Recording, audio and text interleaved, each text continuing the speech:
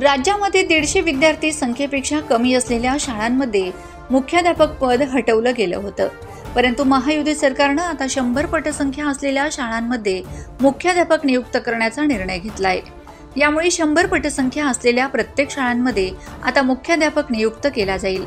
यामुळे शाळेचा कारभार व्यवस्थित चालेल। शिक्षकांना आपल्या रोजच्या कामावर व्यवस्थित लक्ष देता येईल। मुख्याध्यापक सर्व प्रशासन कामकाज पाहतील। शाळेतील सुरक्षेच्या संदर्भात मुख्याध्यापकांना जबाबदार धरले जाईल। यामुळे शाळेच्या आणि शिक्षणाच्या गुणवत्तेत वाढ होईल।